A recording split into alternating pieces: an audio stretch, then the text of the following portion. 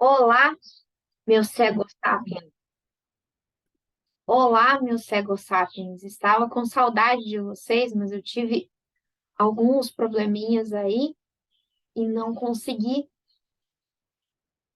postar mais nada desde a semana passada. Então, hoje voltei, quero pelo menos deixar um vídeo para vocês aqui essa semana. Um quadrado? Bom, acho que sim. A pedidos, eu gostaria de gravar um vídeo sobre o emprego dos porquês.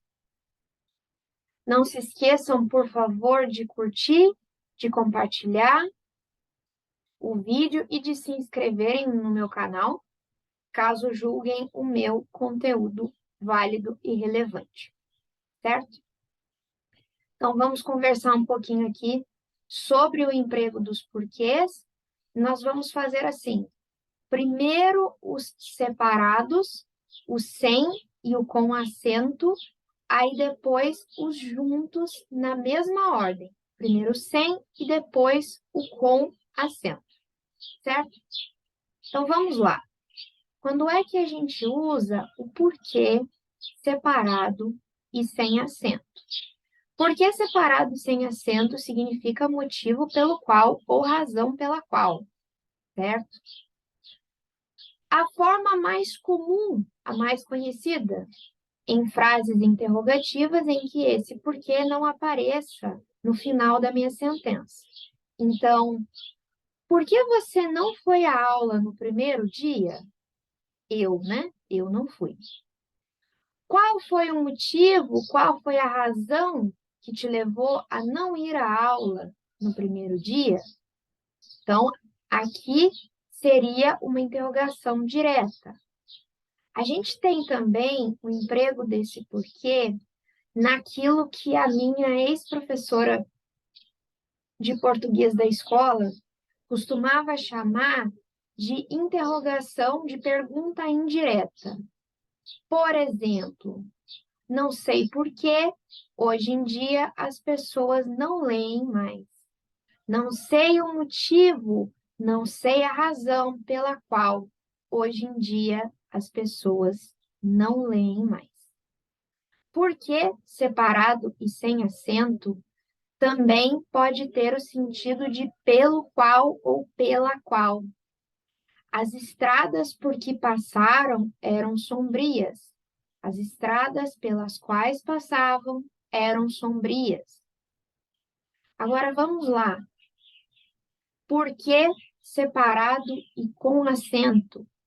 Aparece sempre no final da sentença e vai ser seguido por um ponto de interrogação, o que é mais comum, mas também pode ser seguido por ponto final, por reticências ou por ponto de exclamação, tá? Interrogação. Não veio trabalhar hoje. Por quê?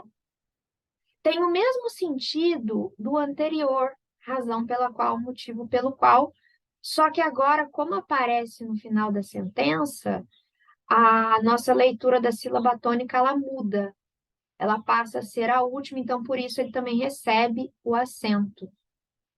Um outro exemplo, agora terminado com ponto final. Será indelicado se você perguntar novamente por quê. Será indelicado se você perguntar novamente o motivo ou a razão, certo? Agora vamos aos porquês juntos.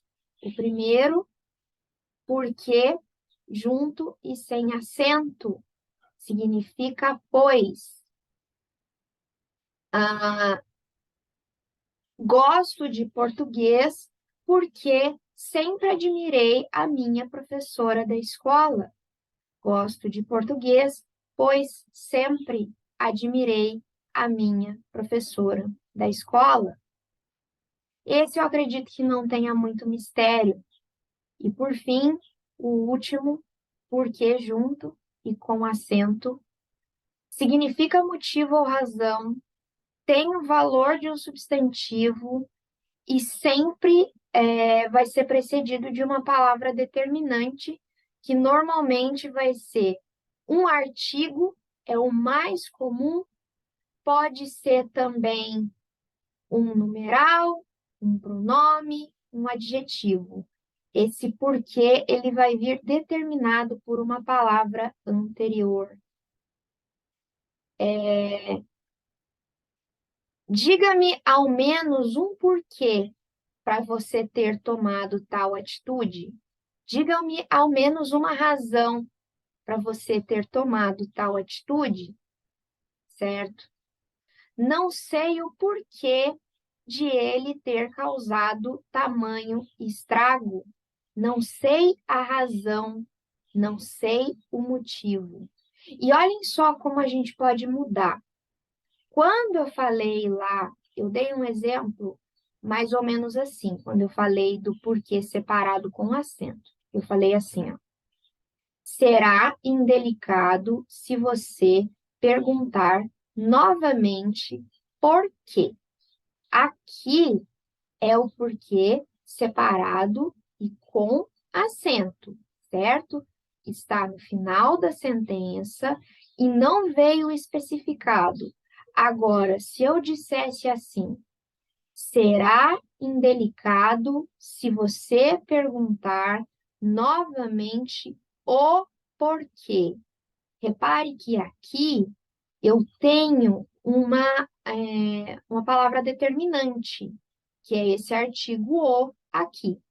Então, nesse caso, eu usaria o porquê junto e com acento, porque apareceu para mim especificado, certinho?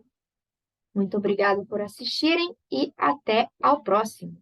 Tchau!